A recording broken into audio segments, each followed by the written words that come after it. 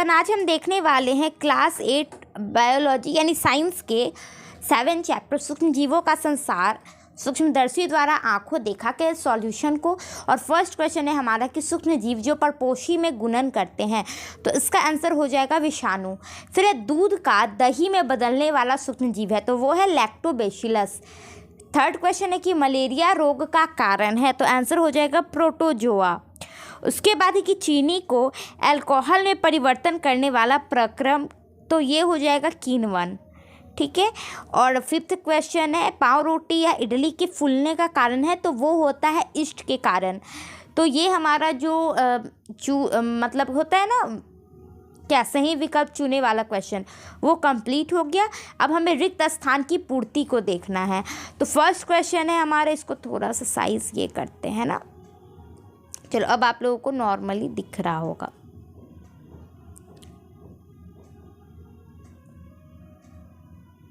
Pen विशेष यंत्र का उपयोग सूक्ष्म जीवों को देखने के लिए किया जाता है, तो फर्स्ट का हो जाएगा सूक्ष्मदर्शी। सेकंड है कि दलहनी पौधों के जड़ों में डैश जीवाणु पाया जाता है, तो वो हो जाएगा राइजोबियम। उसके बाद है कि पोलियो के कारण होता है, तो विषाणु के कारण। फोर्थ है कि मलेरिया परजीवी का वाहक डैश मच्छर है, तो मादा एनोफ्लीज मच्छर है। और लास्ट क्वेश्चन है कि सिरका का उत्पादन डैश नामक सूक्ष्म जीवों की सहायता के लिए किया जाता है, तो इसका हो जाएगा ईस्ट। और सेकंड पेज में हम चलते, तो यहाँ हमें ट्रू एंड फॉल्स यानी सही और गलत चुने प्रश्नों को देखना है। तो फर्स्ट क्वेश्चन है हमारा कि सूक्ष्म जीव केवल मिट्टी में मिलते हैं, तो ये हो जाएगा रॉन्ग, क्योंकि सूक्ष्म जीव हर जगह होते हैं। सेकंड है कि सूक्ष्म जीवों को हम नंगी आंखों से देख सकते हैं, तो ये भी रॉन्ग हो जाएगा, क्योंकि हमें तो सूक्ष्मदर्शी चाहिए होता है। उसके बाद डेंगू मादा मच्छर एडिस के काटने से होता है, तो इसका हो जाएगा ट्रू। ठीक है, यहाँ पे रॉन्ग गलती से कि ये ट्रू होगा। उसके बाद है कि मादा एनोफ्लीज मच्छर मलेरिया परजीवी का वाहक है, तो ये हो जाएगा ट्रू। उसके बाद ईस्ट एक सवाल है, तो ये हो जाएगा रॉन्ग, फॉल्स। उसके बाद है कि चेचक के टीके की खोज एडवर्ड जेनर ने की थी, तो इसका भी ट्रू हो जाएगा। उसके बाद है कि वायुमंडलीय नाइट्रोजन के स्थिरीकरण से मिट्टी की उर्वरता घटती है, तो ये हो जाएगा रॉन्ग। उसके बाद है टाइफाइड विषाणु से होने वाला रोग है, तो ये भी फॉल्स हो जाएगा, क्योंकि वो प्रोटोजोआ के कारण होता है। उसके बाद यहाँ हमें कॉलम को मिलाना है, तो यहाँ पे आप देखोगे कि हमारा फर्स्ट है कि दही का जमना, तो अभी हमने देखा कि ये लैक्टोबैसिलस के कारण होता है। उसके बाद है जंतु रोग, तो जंतु रोग क्या है, एंथ्रेक्स है। उसके बाद है नाइट्रोजन स्थिरीकरण, तो ये राइजोबियम के कारण होता है। उसके बाद है मलेरिया, तो मलेरिया किसके कारण होता है, तो प्लेज्मोडियम के कारण होता है। और सिरका निर्माण किण्वन के द्वारा होता है, तो ये हमारा इसका आंसर भी था। यहाँ मैंने लिख रखा था कि फर्स्ट का ग यानी आप जो भी 1 2 3 4 में वैसे मिला लो। सेकंड का घ, 3 का क, फोर्थ का अंग और 5 का ख।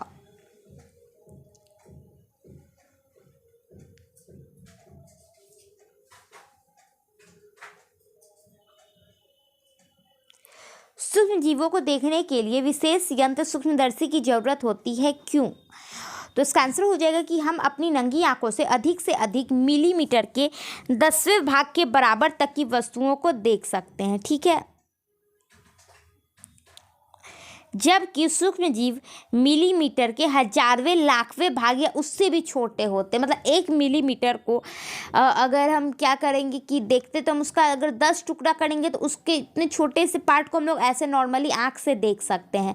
बट अगर हम बात करें कि मिलीमीटर का 1000 टुकड़ा करो, ठीक है, 1 मिलीमीटर इससे भी छोटा होता है, जो डॉट मैंने भी यहाँ डाला ना, इसका अगर 1000 टुकड़ा करो या फिर लाख टुकड़ा करो, उसका 1 टुकड़ा होता है सूक्ष्म जीव, तो ये तो इम्पॉसिबल है हमारे आँख से देखने के लिए।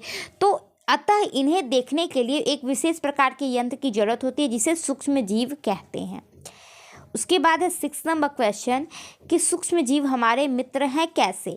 तो आप देखोगे कि सूक्ष्म जीव हमारे मित्र हैं क्योंकि यह हमारे दैनिक जीवन में घरेलू से लेकर औद्योगिक उत्पादन प्रक्रियाओं में महत्वपूर्ण स्थान रखते हैं।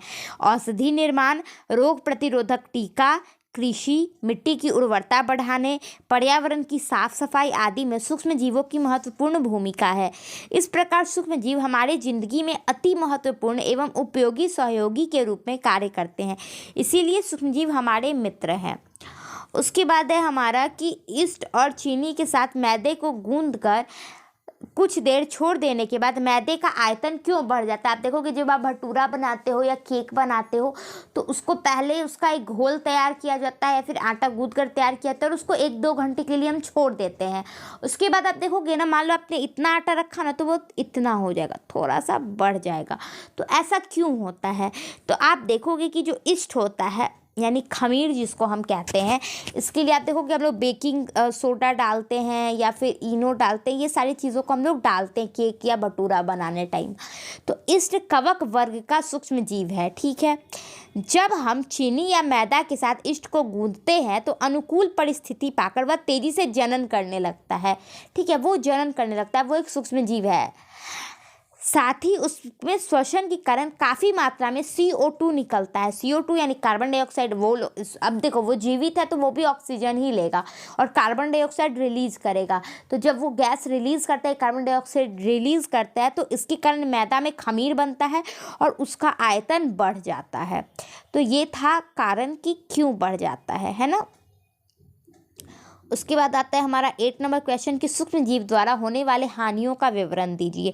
कि चलो फ़ायदे तो हैं, वो हमारे मित्र तो हैं, बट कुछ ना कुछ तो हानि भी है। तो देखोगे कि कुछ सूक्ष्म जीव हमारे मित्र हैं यानी वे हमारे लिए लाभदायक है, परंतु कुछ सूक्ष्म जीव ऐसे हैं जो हमें प्रत्यक्ष रूप से हानि पहुँचाते हैं। ये अनेक रोगों का कारण है जो हमारे भोजन, पानी तथा अन्य उपयोगी वस्तुओं को दूषित कर देते हैं, ठीक है। यहाँ दू होगा। मानव में सूक्ष्म जीव जनित रोग, क्षय रोग जिसको हम टीबी कहते हैं, खसरा, पोलियो, हैजा, टाइफाइड, मलेरिया, चिकन पॉक्स इत्यादि, ये सब किस कारण होते हैं? तो ये सूक्ष्म जीवों के कारण होते हैं। उसके बाद है कि पौधे में सूक्ष्म जीव जनित रोग, जैसे पौधे में भी कुछ बीमारियां होती। जब मैंने चैप्टर पढ़ाया था तो आप लोगों को पढ़ाया था कि गेहूं का रस्ट, नींबू का कैंसर, भिंडी का पित्त रोग, ये सब भी सूक्ष्म जीव के कारण होता है। और इसके साथ ही जानवर में भी होता है, जैसे एंथ्रेक्स हो गया, खूड़ अथवा मुँह पका रोग, ये सब गाय वगैरह में हो जाता है। जो भी पालतू कोई भी जानवर मतलब है ना, उन लोगों को भी ये सब बीमारी हो जाती है।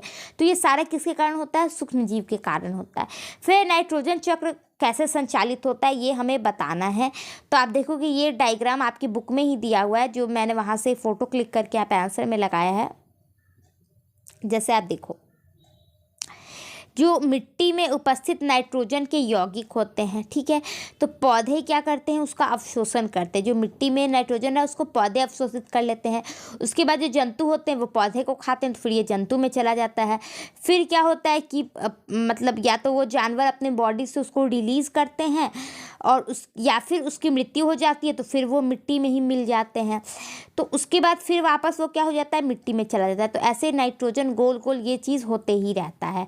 दूसरी बात क्या होती है यहाँ पे देखो कि यहाँ पे देखोगे कि जीवाणु द्वारा नाइट्रोजन यौगिक गैसीय नाइट्रोजन में परिवर्तित होता है। मिट्टी जो होता है वो जीवाणु, अब मिट्टी में जो जीवाणु होगा वो जीवाणु में भी उसकी मात्रा होगी तो वो जीवाणु में आ जाता है।